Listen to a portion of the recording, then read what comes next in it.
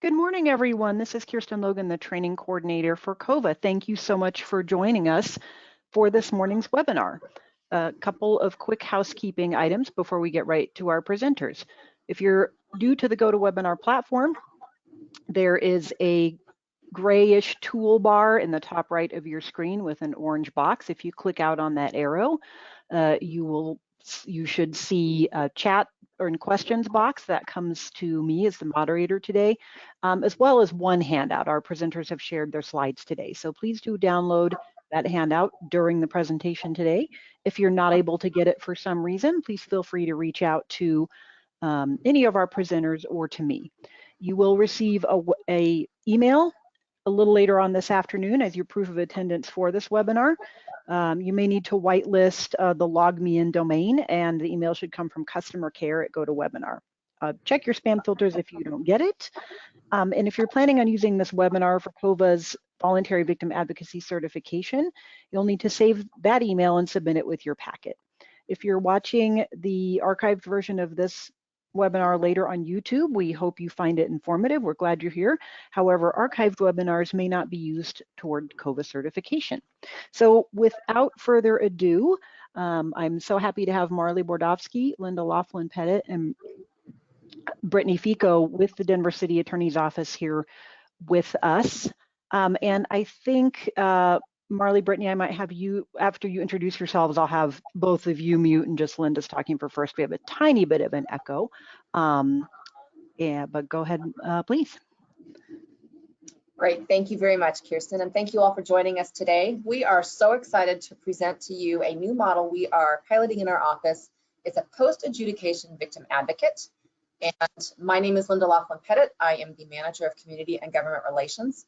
I will let my co-presenters introduce themselves and then we'll get started. Good morning. My name is Marley Bordowski. I'm the Director of the Prosecution section of the City Attorney's Office. And my name is Brittany Fico, and I'm the Post Adjudication Victim Advocate. All right, we're going to share.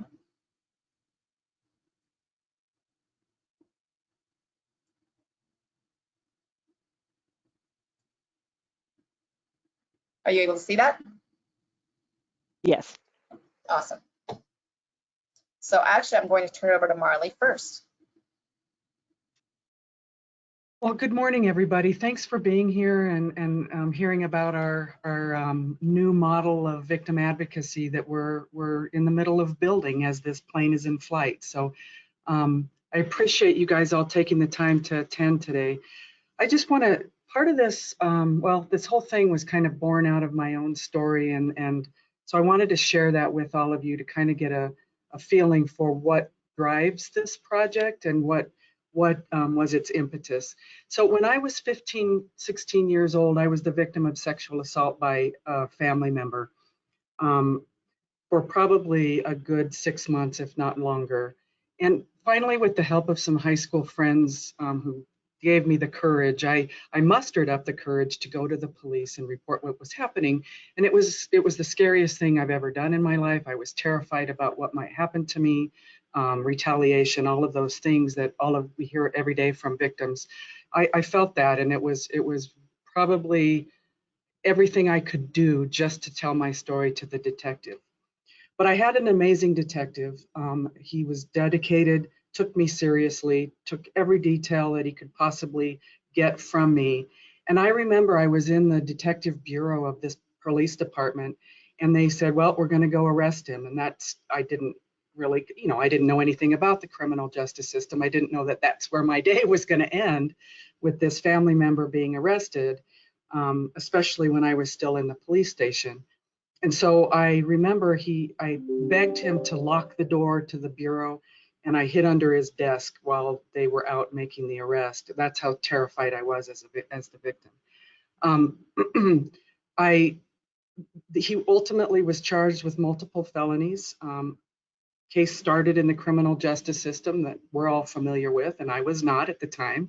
I had a victim advocate support, I had a GAL on my case, and it proceeded through the criminal justice system, as it always does, take some time, and ultimately it was set for trial.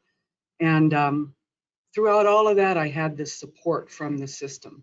victim advocacy, all of the things that we provide as practitioners in this field. So ultimately it was set for trial, and about a few weeks before trial was set to start, he killed himself, which of course we all know that means the case ends, right? There is no criminal case anymore because there is no defendant, which means for me that meant no more victim advocate support, no more GAL contact, no more anything from this system that had been pretty much supporting me through all of this fear and trepidation and confusion that I'd been feeling for months. Ended. It was done. I remember, and at that point I was, 16 now, going on 17. I remember feeling dumped, like I'd just been used as a piece of evidence and tossed away when I was no longer needed. And it's not that anyone did anything wrong. That's how the criminal justice system works. It's not that we're going to be around for victims and witnesses throughout, the rest of their lives or even after the case ends. It's just how it works. But it never left me, that feeling. The piece about it that kind of was the genesis of our Post Adjudication Victim Advocate, though, was that detective, that amazing, compassionate, dedicated human being of a detective who didn't stop calling. He, for a while, and it didn't last forever, it was a few months probably, he would call maybe every other week or so and say, I'm 5 minutes from your house, you're getting in my car, we're going to get ice cream. And he wouldn't take no for an answer, and I would jump in the car, and a lot of times there would be a lot of just me crying or yelling, or sometimes just talking through life. And it might end just 30 minutes later. We'd get the ice cream, have the ice cream, drive me back home, drop me off. And it, as I said, it didn't last that long, maybe a couple of months, but that little extra contact by someone in the system meant everything to me. And it enabled me to get back on my feet, feel like I was strong again, feel like I could do this. And it probably is a huge reason why I ended up going to law school and why I've been a career prosecutor for the last 25 years. So that feeling and that detective's a little bit added effort in my case never ever left me. And I remember I was talking to a colleague, and literally we developed the Post Adjudication Victim Advocate concept on the back of a napkin over a beer, and because it had such an impact on my life. So that's where all of this started. That's the genesis of what Linda and Brittany are going to describe today. And I'm really proud that we are kind of taking this step into kind of this area that nobody really has done in the past. And I think it's something that we offer that may be something that your offices can offer too. But that's where it started. And with that, I will pause, and we can move on to the next slide, Linda. So what is a post-adjudication victim advocate? Ultimately, we had to describe this to the grant board because we ended up getting a grant for it that Linda will talk about here in a minute. And it had to be more than just Marley's story, right? We did tell my story, but it had to be something that we could measure and that we could actually show that was making an impact in the work that we do. So it's an advocate, but it's not your traditional victim advocate that all of us think about. Provides advocacy, absolutely. Provides service navigation, absolutely. But it also provides that empowerment and that emotional support that I described that detective gave me so many years ago. That is a piece of it, and it's part of that is giving folks a voice, that they know they're being heard, and maybe that's all they want. They want to yell at you for 30 minutes and they're good to go, or something like that. But it's advocacy plus. Next slide, Linda. So this is kind of the four, as we were building this position and as we were talking about it in preparation for this presentation, these are kind of the four pillars that we came up with. Again, when we rolled this out, we wanted to gauge whether there was a need. We didn't want to just create this thing where there was no need. So we did some surveys, and Linda will build on this in a minute, that we sent out to various victim groups, nonprofits in the city, to see what are you hearing from victims that you deal with. And many of them, I think the resounding majority of what we heard was other victims did feel dumped by the system, just like I did. And so the need was there. So again, assisting victims navigate the services and resources that are out there. It's confusing even for those of us who are in the system. So that's part of what Brittany does. But it's also to restore balance in their life, give them back the power to actually, I can do this feeling that I'm back on my feet, sort of, but in a better spot than I was when the case just ended on me, and give them back that power and that healing. So these are the 4 pillars that we came up with as we built this and as we discussed. And then one more slide, I think, for me. I want to, I think all of our offices are a little bit different when it comes to city attorneys' offices in particular.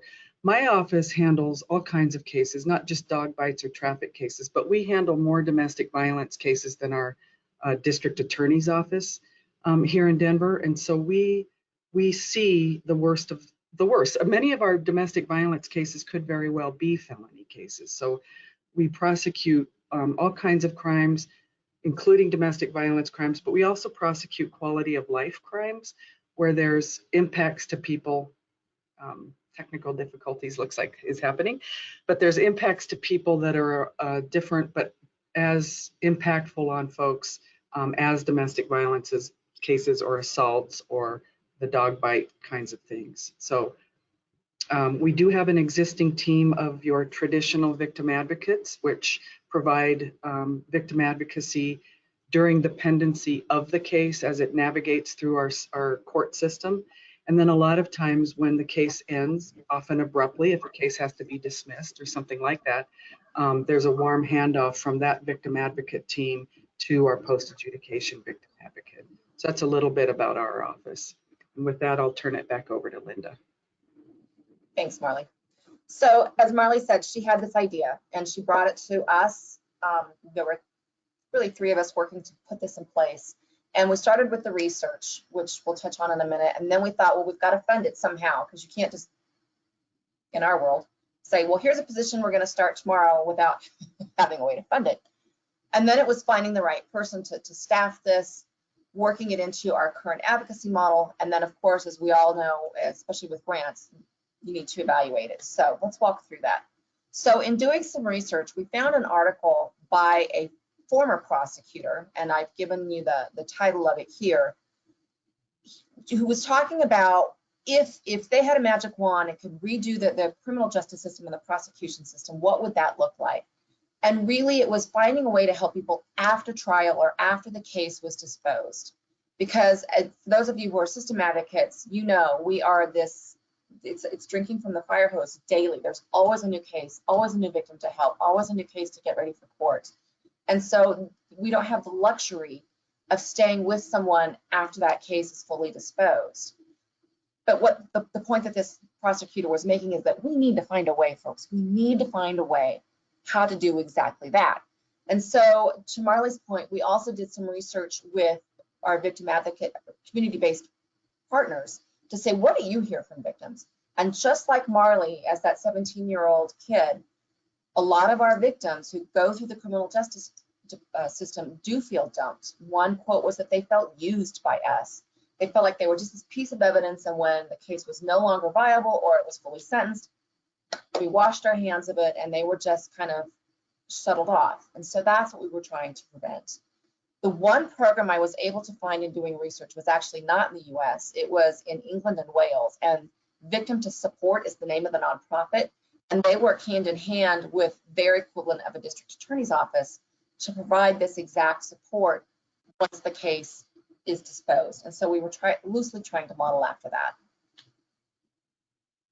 We put together a proposal after having done our research, and the best option for us was to go after JAG funding. And I know if you're with a nonprofit, that may not be an option for you, but for system-based advocates, this was our option. And so we put the proposal together. As Marley said, we went before the board and defended it, so to speak. If JAG funding is not an option for you and you are looking at putting something like this in place, you could certainly look to VOCA or the FIPS-ADAPT funding if you're looking at this to work with DV and sex assault victims. Same goes for VAWA.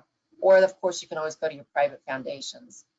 With JAG, their model is to give up to 4 years of funding, and they expect you then to find a way to sustain it after they have pulled away support. And so we're already laying the groundwork for that with the city going forward.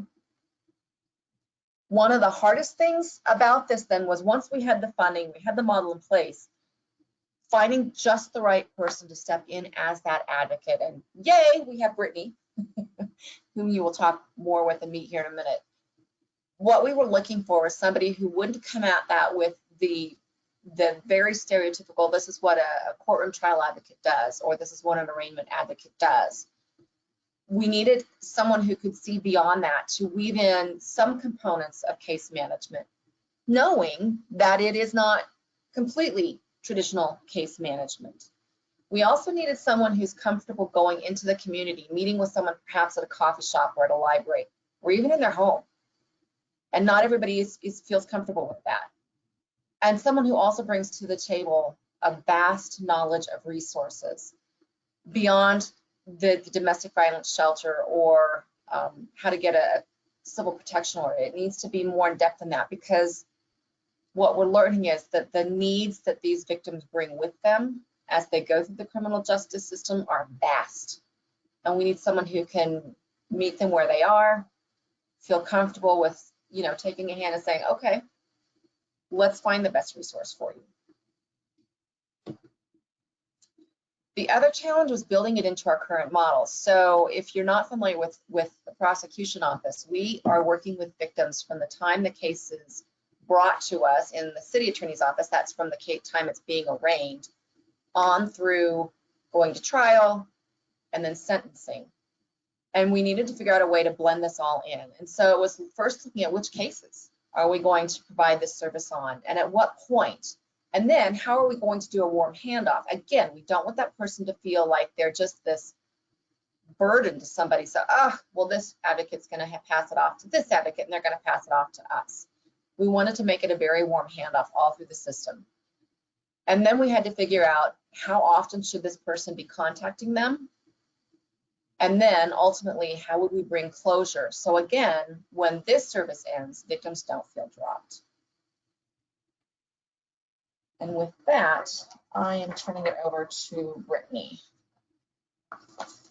Oh, no, this is me, sorry. So this is where we landed on our first answer. We wanted to provide this type of support to as many victims as we could. The bulk of our cases are domestic violence, so that's obviously our first block. Also violation of court orders, which a lot of times are our domestic violence victims. Disturbing the peace is often woven into our domestic violence cases, as are threats to person or property. However, this could also be a neighbor dispute, or it could be an assault case that led to these other charges. We also included trespassing, because we know that a lot of people are really disturbed if, say, there's a homeless person sleeping on the lawn every night. Say I'm an 80-year-old woman, I might be terrified by that, and I too might want some ongoing support. Assaults, hopefully, are explanatory. Destruction of private property are woven into a lot of our cases. We expected this to also be a tool for working with wrongs to minors cases, and we have not seen that play out with as many cases as we originally thought, but still we want to make it available to them. And then to our dog bite cases.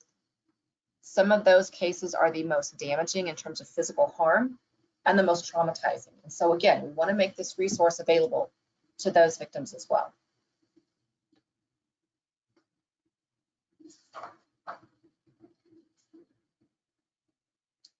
Marley?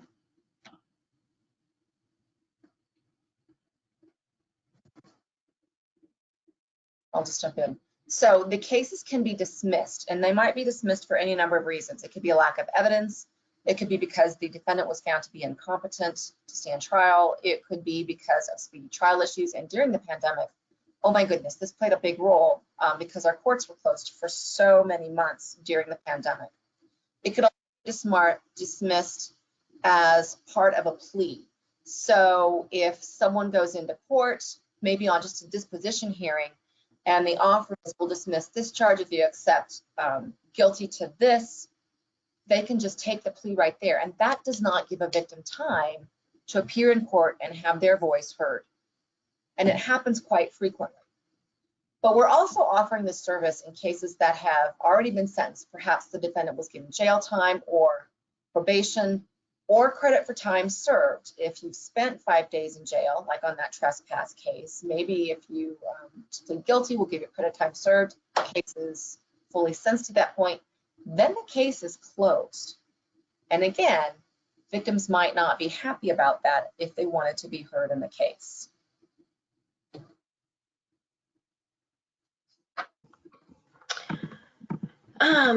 So what can be offered? When I first tell someone that I'm a post-adjudication victim advocate, the first thing that they often say are either, I've never heard of that before, or how is that different than a traditional victim advocate? So I just wanted to go over what some of those differences were. I think the most obvious one is the trial room or the arraignment victim advocates. They're dealing with the victims while the case is going through the court process and while that case is open. And I'm dealing with the victim after the case has been closed and they're no longer going through that process. I think there's a lot of similarities and some overlap, but there's a lot of differences as well. While the case is active, the trial room victim advocate or the arraignment room victim advocate, they're going to provide those status updates either via phone, email, or letter to let them know what's going on with their case. I don't provide those updates because the case is closed and there's no status updates to provide to them. I mean, sometimes people still have questions for me about court proceedings, like what has happened, or the most popular one that I get is what happens to the protection order now that the case is closed. I mean, I'm sure the advocates tell them what happened, but a lot of times people are overwhelmed and they don't remember all of the information that they've been told. If they have a question that I can't answer about, like what happened during court, I'll go to the notes or I'll reach out to the victim advocate or the attorney that was on that case to get them the answer that they need. When I reach out to someone, it's not about really what happened in court. I mean, we definitely acknowledge that this event happened in their life. We acknowledge their frustrations about the criminal justice system, or we acknowledge the result of that case, but I'm more focused on like how to help them move forward and not feel like they're dumped and not feel like they're used or abandoned by the system. And that can mean different things for different people, but we'll get into that a little bit later with some case examples on what exactly that looks like. Some of the similarities that overlap with the positions are we both make referrals for resources, we both can safety plan, and we both can attend court with the victim. When I attend court with a victim, it's more for civil matters and not for criminal. But sometimes victims are more open and responsive to resources once the case has been closed versus when the case was open, which I think is really interesting and kind of a cool piece. That they're more open to it once everything has been completed. I've noticed that, yeah, things typically change once the case has been closed. For example, I've had a client who they wanted domestic violence counseling while the case was open, but that completely shifted when the case was closed. They no longer wanted that counseling and they were more focused on the long-term aspects of where am I going to live? How am I going to get food? Stuff like that. I also meet victims in the community. I sometimes go to their homes, like Linda said, or I've met people at coffee shops or libraries. People like to put a face to a voice, or I meet with them to assist with applications for different services. It's always nice to have someone there to be able to answer questions for you or to guide you through a process that you've never completed before. And we do have a question. Sorry, Brittany, this is Kirsten. Going back to, I think the last thing Linda was talking about. The question is, typically if a defendant takes a plea, they're setting it over for sentencing so the victim can be heard. Is that not the case in your courts? Often not. If they're given credit time served, that's typically it. And victims are completely left out. And There are some judges who, if the victim happens to be in the courtroom, will allow the victim to speak. There are some judges who will not. And is that on your non-VRA cases, Linda, or also sometimes your VRA cases? We don't fall under the VRA, and I think that's why our judges don't have to do that. So because we're municipal and not a state agency, we don't fall under the VRA. We, as an office in the Victim Resource Program, we do follow it. We're very committed to that, but our partners in the criminal justice system don't have to do that. Does that answer the question? Yes, thank you. Okay, next slide. Oh wait, no, this is the right one, Linda. Post adjudication is not probation victim advocacy either. Probation advocates, they provide advocacy for cases that have been sentenced to probation. And that being said, like Linda discussed, not all cases are sentenced to probation. So it's kind of that piece of what happens to those cases that have been dismissed or sentenced to jail or even sentenced to unsupervised court probation. Who is going to support them through that process if there's no one there to help them? Until this position was created, there was not a specific design advocate for those situations. I think the biggest takeaways from this slides are, or the specific slide, are the probation victim advocates. They provide the updates where I do not, because I don't have any updates to provide. The probation victim advocates also helps with navigating the criminal system. And I can also do that, but I help navigate more than just the criminal justice system. An example of this would be, I help victims navigate like the human services world, helping them get connected with the right department or a case manager that can help them get what they need. I think it's important to follow up with victims and services that they have been referred for, because again, people feel overwhelmed and like they don't even know where to start.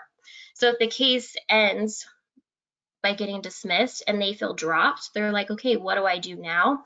So the post adjudication victim advocate is there to kind of help process those thoughts for them and direct them and listen to them and have an idea of where they need to start. I mean, it's always good to have someone there to check in with you and show that they really care about your well-being. Next slide. Referrals. Where do they come from? Referrals come from a lot of different places. I mean, just this week I had a walk-in referral for the first time ever. But majority of the referrals come from the trial room victim advocates and the arraignment room victim advocates, and also the trial room attorneys. This position, it's always an improvement and it's forever changing because it's still being built. So I also reached out to our software IT person to see if she could build a report that I can just pull monthly to see all of the dismissed cases for either that previous month. The list, it's a work in progress, but the criteria around it right now is a case has to have a victim and the case has to have been sentenced, whether that means dismissed or sentenced to jail time or court supervised probation. There have been a few cases where the victim did not participate during the court process, but they did respond to me after the case was closed, which is pretty cool. When someone makes a referral, they usually send me an email with the case number or the cases and the victim's name, and then a summary as to what happened to the case.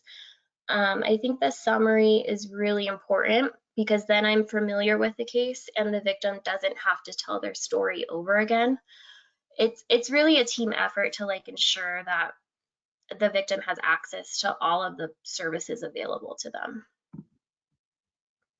Next slide. Warm handoff. So Marley touched on this a little bit previously, but a warm handoff is very important. If someone had contact with the victim, it just makes it more personal and it makes the victim feel more comfortable and like they can trust that person that they're being handed off to. I've noticed that engagement for victims, once they've been referred, if there was a warm handoff completed, it's usually higher than if I were just to call someone out of the blue. Usually when I do that, they're like, who are you? Why are you calling me? Stuff like that. Examples of warm handoffs are, we usually do a 3-way phone call, or they copy me on an email, or if those two options are not available, like our schedules don't align or the victim doesn't have email, if the victim advocate lets them know that I'll be calling, that's another way to do the warm handoff.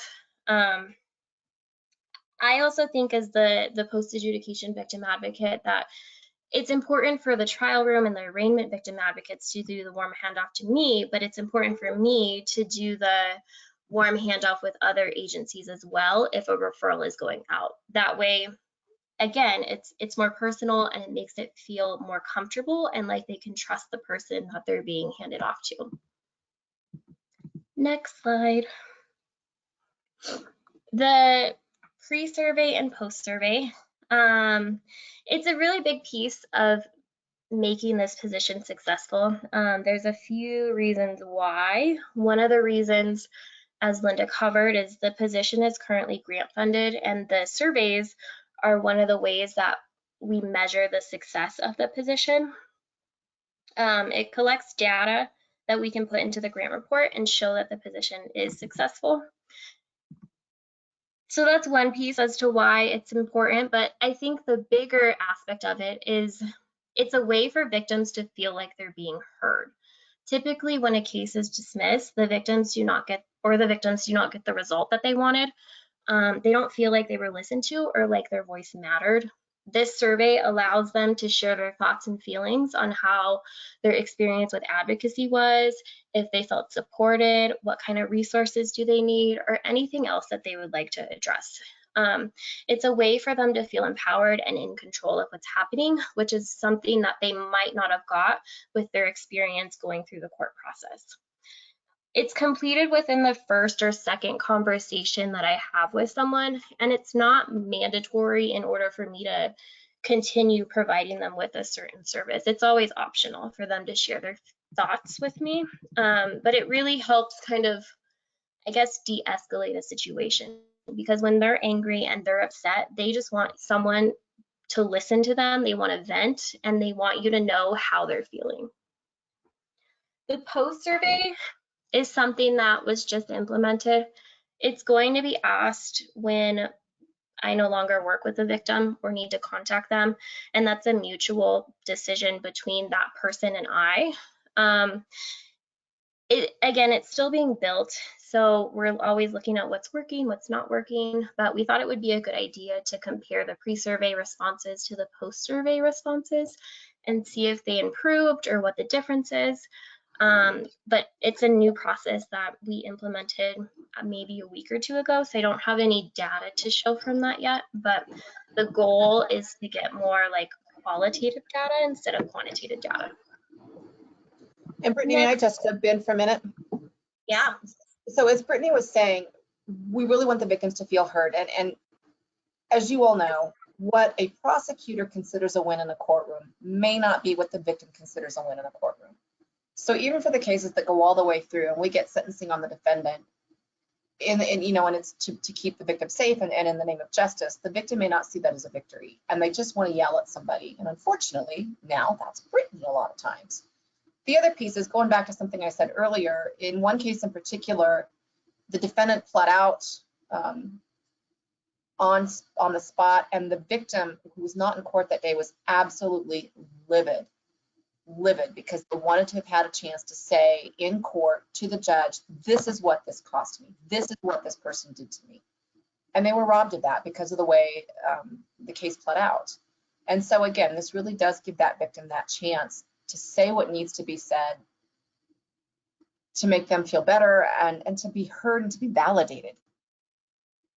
And I think that goes a long way towards healing too. We know from a trauma-informed approach that does help the victim. And so now we're able to do that at length, because sometimes it's not just one time the victim wants to yell, but maybe multiple times. And because Brittany's following up with them, they have the chance to do that. So, sorry, Brittany. No, those are all really good points. This is the example of our survey questions as of right now. So during that conversation, I asked, on a scale of 1 to 10, with 1 being the worst, 10 being the best, please rate your overall experience with your victim advocacy experience with the city attorney's office while your case was active. So usually a victim will rate their experience and then they'll want to elaborate a little bit on why they chose that number. The next question that we ask, are, do you feel like you were supported by the city attorney's office? If not, how could you have been better supported? This is where victims will typically say, yes, everything was great, they're happy, or no, I don't feel like I was heard. I don't feel like I was communicated with well, and I don't feel like I was given that opportunity to feel like my feelings were valid. Are there any additional resources that you need at this time? This question is more for me, so I can kind of develop like a plan of what they're needing at that time. And things change or things come up. So this is, again, resources change. So what they may need at that exact moment might not be what they need a month later. And then the last question I ask are, do you have any other comments or concerns that we didn't talk about? Sometimes they answer this one, sometimes they don't. Usually we address all of their concerns with the 3 questions above. Next slide. Evaluation. Linda, are you talking about this one? Yes. So back to our building blocks, we knew from the beginning we wanted to collect data. And then, so Brittany just gave you one of the biggest pieces, you know, is it being effective? Pre and post surveys. We also wanted to know the demographics, the types of crime, responses to the services, because we wanted to know were certain people more interested in having that ongoing support as opposed to others, or were victims of a certain crime more interested in the support as opposed to others. And then of course, Brittany's survey results are gold, both for tweaking the program, you know, and providing to the funder. And then the length of the advocacy, and we're still measuring this one, obviously, because she's still in touch with most of the victims that we started with.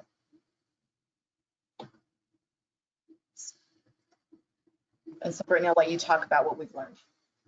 Yeah, so here are just some of the demographics that we're dealing with. I looked at every case that I've touched, and 75% of them have been female, 25% of them have been male.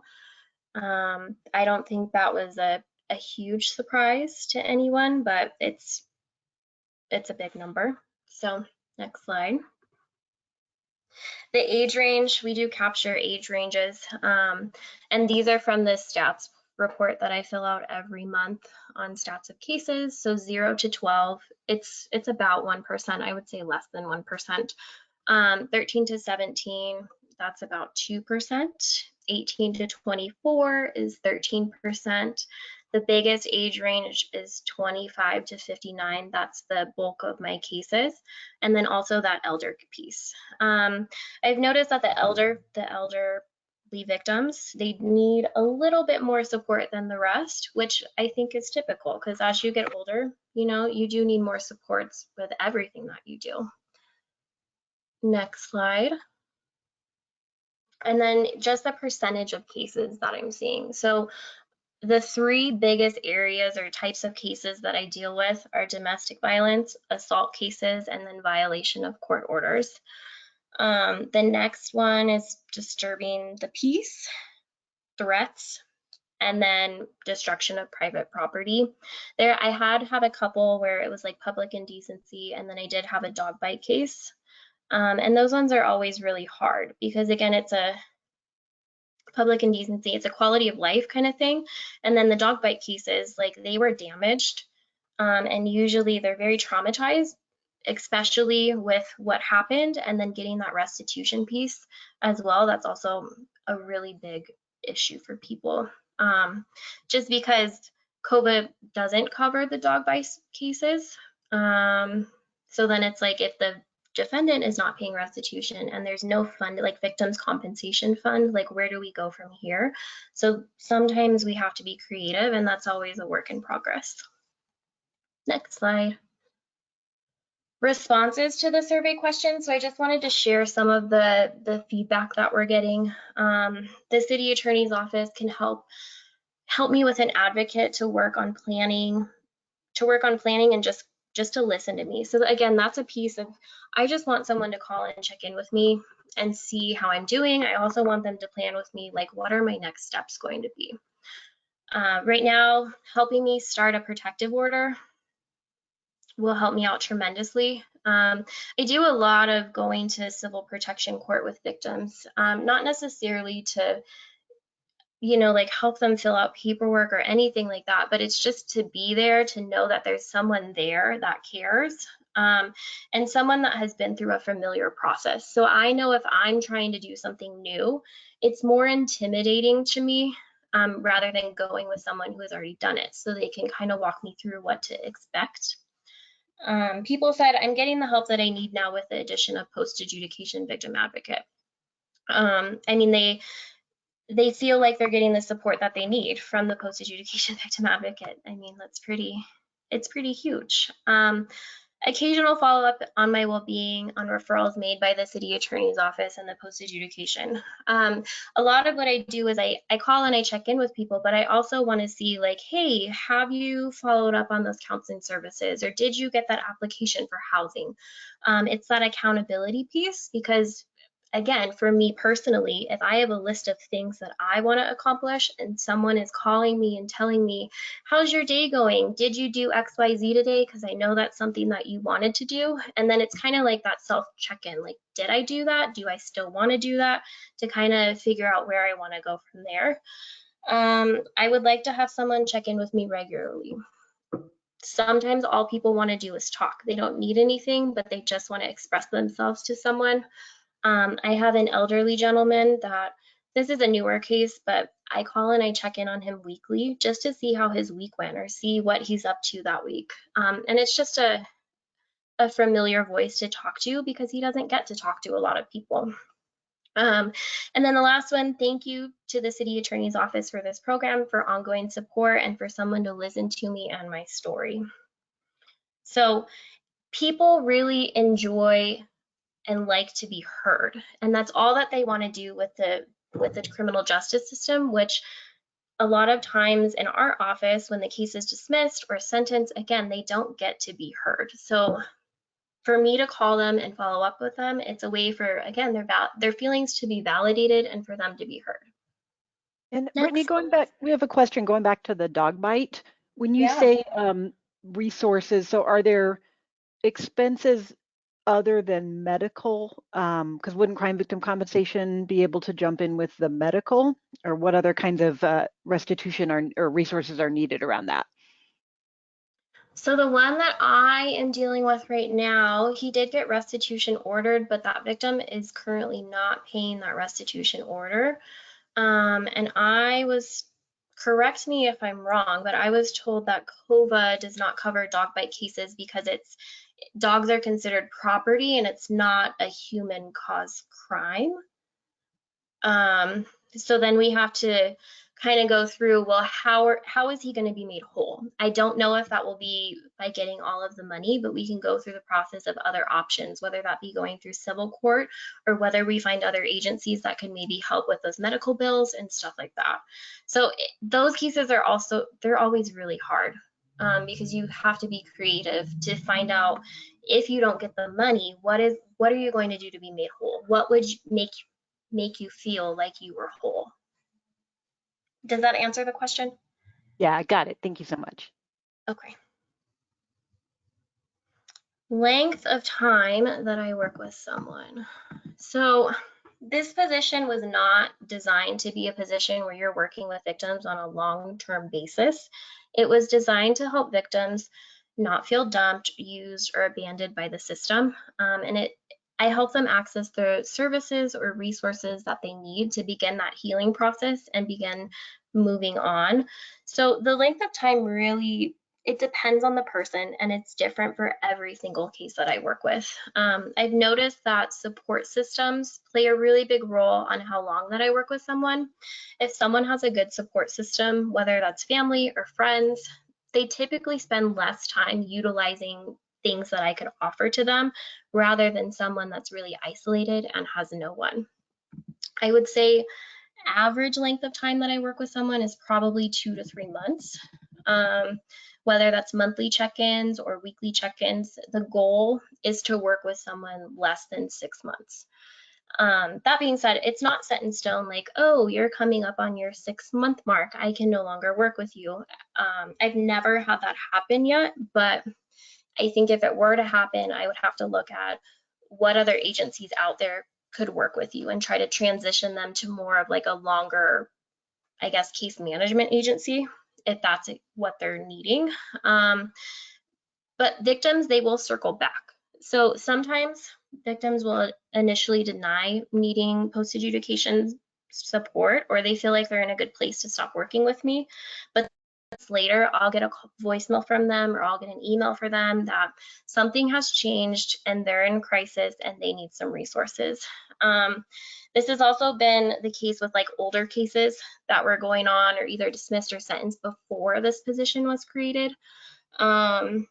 They circle back to our office because they remember that advocate's name. They're like, hey, they call the main line and they're like, I had a case in 2020 and I remember working with this advocate. I was just hoping to see if you guys had any resources for, I don't know, counseling services or mental health. I'll give an example. Like, I have a case where I worked with a victim who wanted the case dismissed from the beginning. He eventually like stopped responding to the victim advocate's calls and told us that he was moving out of the country. He called the main line 5 months later because he didn't know who else to call, but he remembered his victim advocate's name. The case was then referred to me because it has been closed for 5 months at that point. And when I talked to him, he said that the cycle of abuse never stopped. It had always continued, and he was finally ready to make a change and he wanted to leave. He didn't know how to go about doing that. So I took the time to talk to him and safety plan with him and really get a plan in place on what is he going to do to leave safely. It took about, I think I worked on this case like 2 to 3 months, and he actually ended up leaving. So he did actually end up leaving, which I think is really cool. So in the beginning, he didn't want anything from our office. He didn't want to talk to anyone from our office, but months later, he reached back out because he was ready to make a change. Next slide. So the fun stuff, the case examples. I just wanted to share a little bit of some of the cases that I've had success with and how every single case is really different. So nothing that I do is ever the same. This case in particular was referred to me by a trial room victim advocate in March of this year. It was an elder female DV victim. She was disabled. She doesn't have a lot of outside support. The case was dismissed, and when this case was dismissed, she was terrified because that meant that her protection order was going to go away. She didn't know what to do. She was like, he knows where I live, he knows where I hang out, he knows my phone number, stuff like that. The only good piece in this was he had a hold with another case out of a different county, so he was still going to be held in jail for a little while. Next slide. So some of the things that we worked on with her was I helped her apply for a civil protection order, and I went with her to that hearing. She was really scared of that whole process. She was like, what if he finds out? What if it doesn't go through? Which the protection order ultimately got denied. But that being said, I was there to support her, to let her know, like, yes, it got denied. Yes, your case got dismissed, but I'm still here to listen to you. Since she was disabled, I helped her apply for the home and community-based services so she could get in-home care services in her home. She actually just got approved for that at the beginning of this month, and she is working on finding a home care agency to come in and help her with like cleaning and cooking and laundry and grocery services, which is something that the defendant used to help her do. I assisted her in finding mental health counseling through her insurance. She has a lot of like trauma in her life from her childhood that she's never processed. So she wanted to get some mental health counseling, and she did have insurance. So we went ahead and we went through her insurance, but she's hard to understand on the phone because she's had 5 strokes and she doesn't speak clearly. So it was really helping her explain to people what she's needing, because it takes her a while to process things or to say what she's really meaning, and to be able to help her speak to, insurance companies or the home and community-based services when they did the intake. You had to kind of explain what she was saying and kind of redirect her, because she would go off on tangents. I also helped her with filling out her Section 8 housing voucher paperwork. I actually did this twice because apparently the first one didn't get turned in correctly. So yeah, she's been on the wait list for Section 8 voucher program for 9 years, and she can't see to fill out the paperwork. So I was helping her fill out the paperwork. I was helping her organize her papers for that application. She got some new eyeglasses during this whole thing, and she had no one to go and pick them up for her. She doesn't drive. She doesn't have a car. She walks with a walker. She does have kids, but they don't really support her in ways. I would say that it's like a normal like mother-child relationship. Her kids check in on her to make sure she's alive, and that's really all that they do. So I went to her eyeglass doctor for her, and I picked them up so she was able to see a little bit better. And in her eyes, that was the biggest thing for her. She was like, no one's ever done anything like that for me before. We started with bi-weekly check-ins. We moved to monthly, and now I would say I talk to her maybe once every like month and a half or 2 months. So it's kind of phasing out. But we'll see where it goes. I'm still working on this case. So I've had this case since March. So I think it's going on like 4 months or so. Yeah, 4 months or so. And this is one of the longer cases that I've had. And this is a really kind of more intense case that I've had. They're not all like this. Next slide. Case number 2. This was also made by a trial victim advocate. I received this case in April of 2022, so this year. It was a disturbing the peace case between neighbors, which are always really hard. In this situation, the victim, she was living in low-income housing, and her neighbor would play music throughout all hours of the night. And they shared a wall, and the walls had no insulation, and she had a young daughter who would have to get up and go to school. And they also shared a vent, so he would smoke in his apartment, and he would blow the smoke through the vents, and it would make her apartment smell. And then he would also record her and her daughter like walking to and from the apartment, which she wasn't really comfortable with. This case ultimately got dismissed as well, which she was really, really frustrated about because she still had to live with this every single day. She was like, this case was dismissed, now what do I do? Because nothing is changing. Next slide. So some of the things that I helped her with was she wanted to apply for a protection order. We went to protection order court together. I did get her transportation to protection order court because she also didn't drive. I collaborated with Denver Housing Authority. A lot of what I do is building relationships with outside community partners. Because of the situations that I deal with, I can't fix by myself. And a lot of the times I can't even fix the situations. But as long as you're getting the questions answered or coming up with ideas that people can try, that makes them feel like they're being heard. So I reached out to housing to see what her options were as far as her neighbor case. She ultimately decided that she didn't want to go through anything else. She was like, I've been through enough. I think I'm just gonna hang out for a little bit and see what happens. And she just stayed where she was at. She also didn't have a job at the time, and she was just fired from her job, and she was looking for a new job. So I get the weekly updates from Denver Human Services, and I saw that they have a program called SNAP to Success, which help people that are on getting SNAP benefits. They help them find jobs, and they get a case manager that way. So I referred her there, and she did go there, and she got a case manager, and she actually ended up getting a job.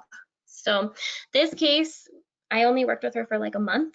But we were able to accomplish a lot of things on this case to where she felt like she was dropped, she felt like she was used, but ultimately her life was able to continue with some of the ideas and suggestions that I had made. Next slide. So case example number 3. This one was referred in June of 2021. It was a female DV victim. It was a violation of court orders. In this case, the defendant contacted the victim through Facebook Messenger, and this was a case that ultimately got dismissed. Next slide. So for this victim, I met with her to get coffee. We met at a Starbucks just to go over her needs. She really wanted to put a face to a voice. She wanted to feel like a very personal experience. So we sat at the coffee shop for like an hour and we just talked about everything in her life. She was living out of her car. She doesn't have any family in Colorado and she doesn't have any friends and she has a lot of health issues. I emailed her a list of resources because she said she was comfortable with calling people. She didn't really want me to sit there and call with her, so that's her choice. But I did follow up with her to check in and be like, hey, did you get that resource for mental health? How is that going? Or do we need to continue looking for another one? For a while, I kept in contact with her monthly, and then I lost contact with her in February of this year, so 2022. And then just this month, she reached back out and she said that the defendant, so it was dismissed and then he moved out of state. So she has not seen him, but she saw a bandmate that he associated with at like a restaurant, and it immediately brought back that trauma that she had. So she needed some additional resources as far as like counseling services. So yeah, I mean, this is a perfect example of people circling back. They have your number, they have your contact information, and they're going to go back to what's familiar to them. So the duration of this case is still ongoing because I'm still working with her to find the right counseling services for her. Next slide. This case was referred in March of 2021. It was a female DV victim case. If I remember right, this case, he had pushed her into a door and then slammed her head into the counter. And ultimately, this case was also dismissed. Next case. We started with monthly contact just to check in, see how she was doing. She said that there was still some stuff going on with her apartment, like people were breaking into her garage. She wasn't sure if it was him. Stuff like that. So I assisted her with encouraging her to go file a new police report and to report it. We also were able to get her a Ring doorbell camera for her safety so she could see what was going on, and did pretty extensive safety planning as to what would she do if the defendant was at her home, or what would she do if this happened again, stuff like that. The duration of this case was 2 months, so not very long, but she was really happy with getting her Ring doorbell and she felt safe after that had happened. Case number 5. This is the example that I was talking about in earlier slides with the walk-in case. This just happened on Monday and kind of surprising. I was surprised. So she had 2 2017 cases with our office and then 1 2020 case with our office. And during those 3 cases, the victim advocates would reach out to her, they would try to contact her, they would send her letters, and she would never respond. She never came to court. She just didn't engage with our office. She actually showed up outside of her office by a miscommunication with a resource online. So that's how she ended up at our office. But she needed some help and I was there to help her. So going back to the cases, one of the cases was a DV case, one of them was a violation of court orders, and then one of them was a wrongs to minors. One of the cases was sentenced to jail, and then the other 2 were dismissed. So this is an example of a case that was actually sentenced and not just dismissed. So from when she came out, I got her updated contact information because we didn't have any updated contact information from her. We didn't have her email on file, so I was able to get her email, because one of the things that our office has noticed is that if a victim changes their phone number, their email address usually stays the same. So email addresses have been a huge way of how I've contacted victims because people keep the same email addresses. Next slide. So since this case is like super new to me, like within the last 2 or 3 days, I'm still working on a plan of what to help her with, but a little bit of what we discussed was the address confidentiality program, because when her cases were still open with our office, the defendant would go by her home and try to intimidate her not to participate, or go to her home and like shoot guns in front of it, she said. So now she's trying to do like family law stuff, like custody and parental rights. She's trying to serve him with paperwork for that stuff. And she's concerned that he's going to find out where she lives because he's going to get copies of all of the court paperwork that's going on. And she doesn't want that to happen. So we discussed where she can get the address confidentiality program and how to apply for that. And then she's not comfortable with going to court alone. So that's kind of where I come in, and she would really like it if someone could just be there to go to court with her. So that was one of the things that we discussed, and we're still discussing other things. But this case was kind of unique because I've never had a walk-in case before. And this was the first case that I've dealt with where the victim hasn't participated during the process, but actually came back and is wanting to participate now that everything has been closed. Next case. Case number 6. I think Linda touched on this one. This one was referred to me this month. It was an assault case where the defendant was sentenced and her input was not heard. She was very surprised to hear about it being sentenced. It was in warrant status from September of 2021 until July of 2022. The defendant came to court. He wanted to take care of whatever warrant he had. For whatever reason, it got added onto the docket that afternoon, and he pled guilty that same day, and he was sentenced that same day. This one got sentenced to unsupervised court probation, and the victim was really upset because she felt like she had no input, and she felt like she didn't get a chance to say what really happened to her. In this case, it was a homeless outreach woman where she was trying to help the homeless, and someone spit in her face, and I think he punched her. But none of the witnesses around her, as far as like the other homeless community members, were able to stand up and say, yes, this happened. They just said, I didn't see anything, or I don't like conflict, so I turned my back. That's kind of what happened, and she felt like no one believed her. When I talked to her, she didn't need any resources. She didn't need any services. She just wanted to be heard and feel like her opinion mattered.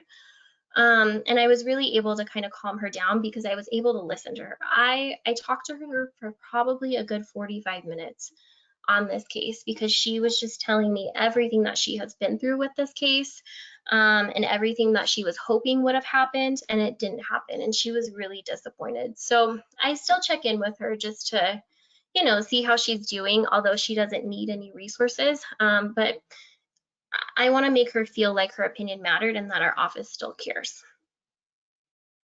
Next slide.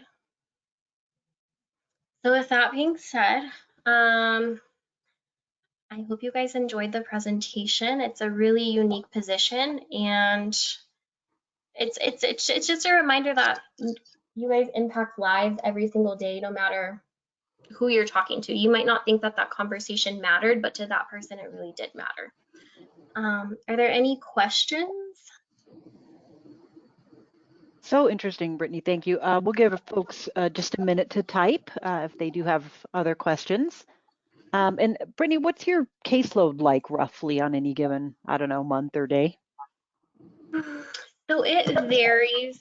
There's some months that are busier than others. I would say I have about 15 to 20 cases that I actively work on, and then I get about between 25 and like 40 new referrals each month. And not every case needs something. Like sometimes I'll call someone and they'll be like, oh yeah, I heard about you, but I don't need anything. So it's just that I do count those cases as well. So I would say it's about like 45 people a month or so. Okay, great. Not seeing any other questions at the moment. Super interesting, and I want to thank you, Brittany, Linda, and Marley so much. As I said at the beginning, the handout is download in your handouts pane for you, and try to download that before we close the presentation here in just a moment. If you're not able to, contact either any of these three ladies or me, Kirsten, and we'll get you squared away. And with that, I want to say thanks so much to everyone. If you missed part of this or a colleague missed it, it'll be on COVA's YouTube channel by the end of the week, and we can always direct folks there. Thank you, everyone, so much, and I hope you have a great day. Bye-bye. Thank you, Kirsten.